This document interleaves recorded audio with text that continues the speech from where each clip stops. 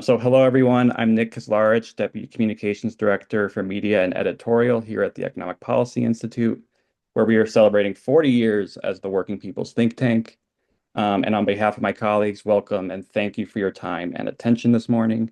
A few details before we get started. We are recording this press conference and we'll post it with time-stamped links and notes later today at the link I will put in the chat. After our speakers, we'll open it up for questions from the press. Please use the raise hand function and we will call on you in order.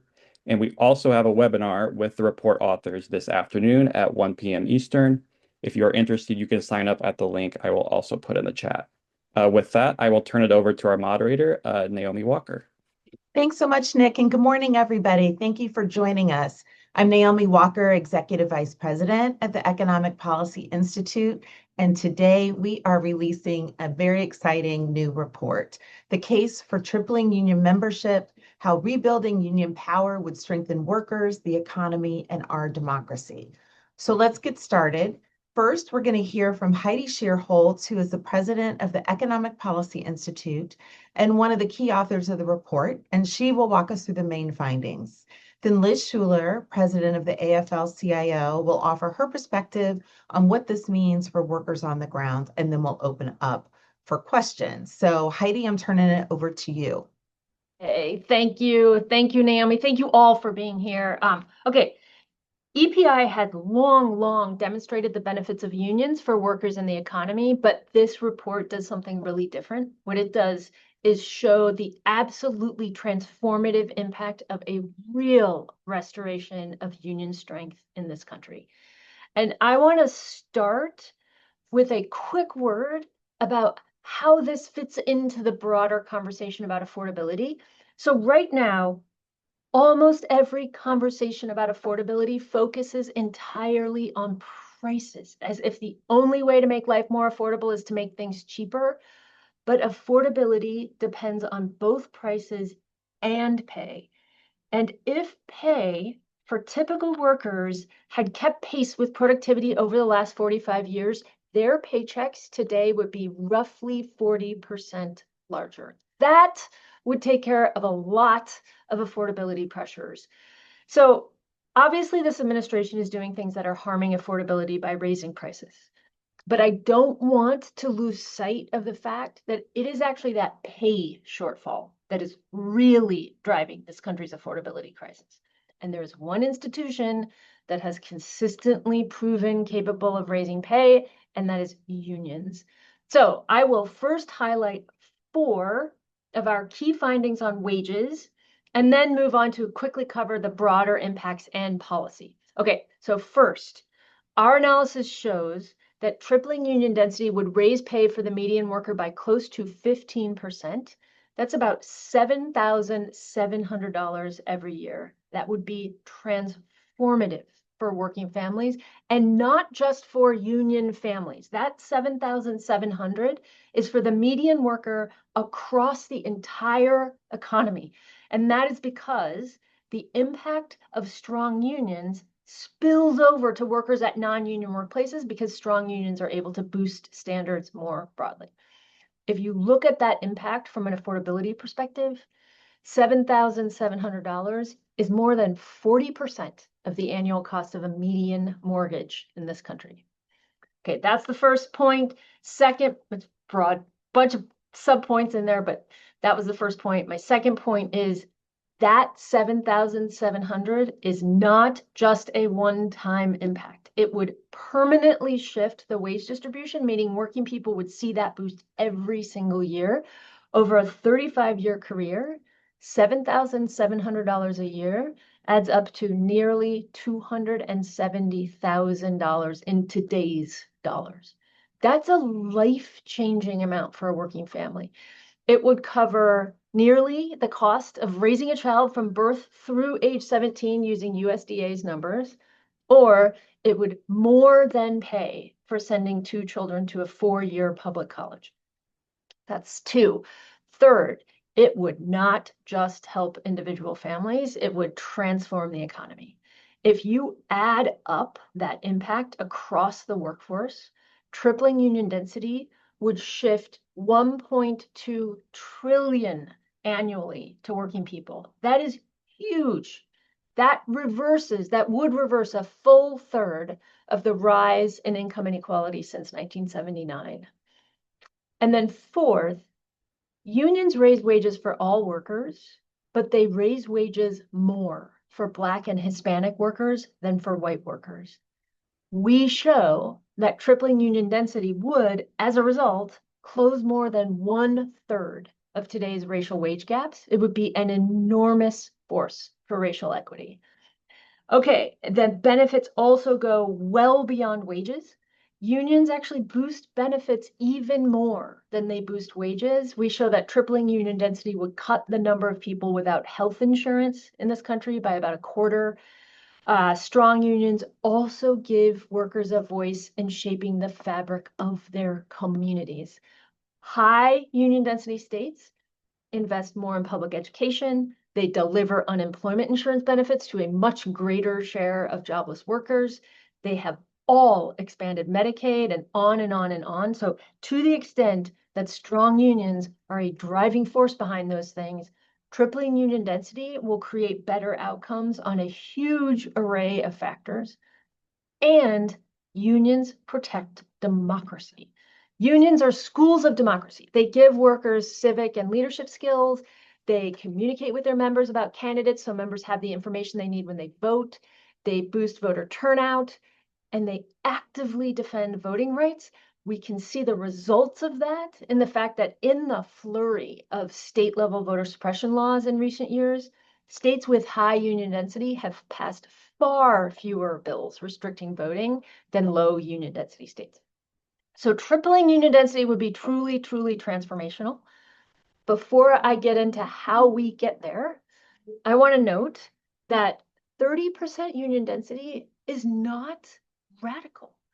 Before decades of relentless attacks on workers' rights to unions and collective bargaining, more than 1 in 3 workers in this country were union members. And workers want unions. Recent survey data show that 43% of non-union workers would vote to unionize if they could. That's well above our goal of 30%. And Canada, whose industrial relations system looks a lot like ours, but provides stronger protections for unions and collective bargaining, Canada has a union membership rate of 30.6%. So restoring union density to 30% is not a fantasy.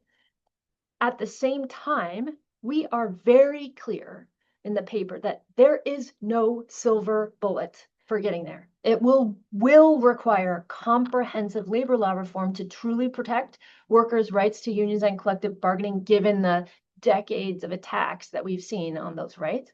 So at the federal level, those are reforms like the PRO Act and the Public Service Freedom to Negotiate Act. And I do want to note that those are not fringe bills. The PRO Act has passed the House twice, both times with bipartisan support. One provision of the PRO Act was recently pulled out, renamed the Faster Labor Contracts Act, and passed the House last month with support from every Democrat and 20 Republicans. And Josh Hawley is spearheading the effort around it in the Senate. It's just, there is a moment here.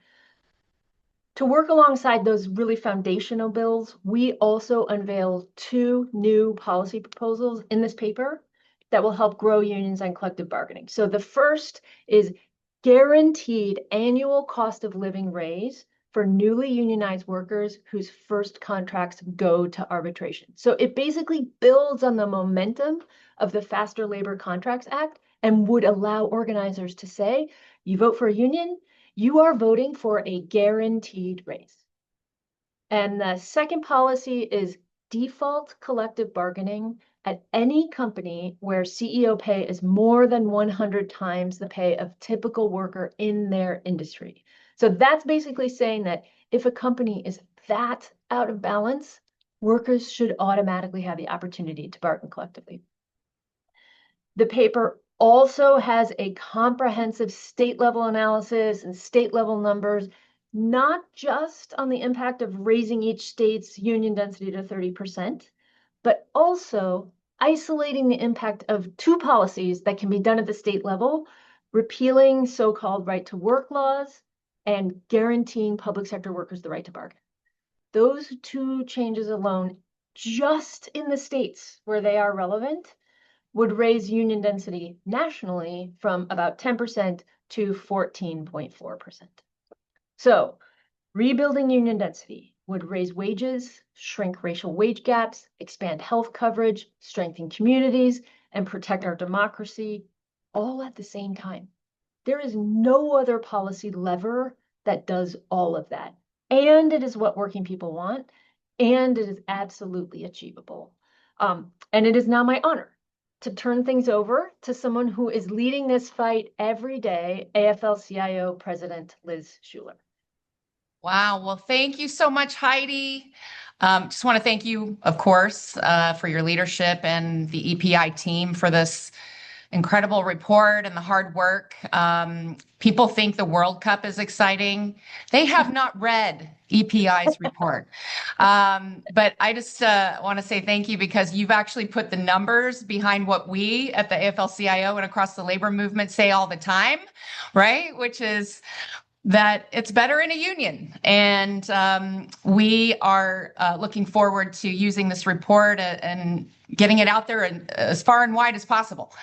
So I think everyone on this call knows that we represent 15 million workers across 65 different unions. We represent workers all over the country, in every industry, across the economy. But we're also the voice of working people who don't yet have a union. And I can tell you from all of my travels, I get around this country a lot. I talk to working people every day. And life in this country is just way too hard right now. People want to talk about, quote, affordability. I can't tell you how many conversations I've had with workers, no matter where you go, big city, small town, who basically are saying over and over again, my rent keeps going up. My paycheck does not stretch as far as it used to. I walk into the grocery store and I ask myself, when did shit get too expensive or so expensive? It is just a constant, what we're hearing from workers every single day. And I think everyone on this call can appreciate that and are experiencing it, frankly. That is what's really connecting people all across the country. And it doesn't matter what party you belong to, Democrat, Republican, Independent. When people are dealing with that kind of economic pain and frustration in their lives, that is an effect that is rippling out across communities, and people lose hope. They lose hope for the future. They're losing faith in our institutions. They're losing faith in our political process, and they're losing faith in democracy as a whole.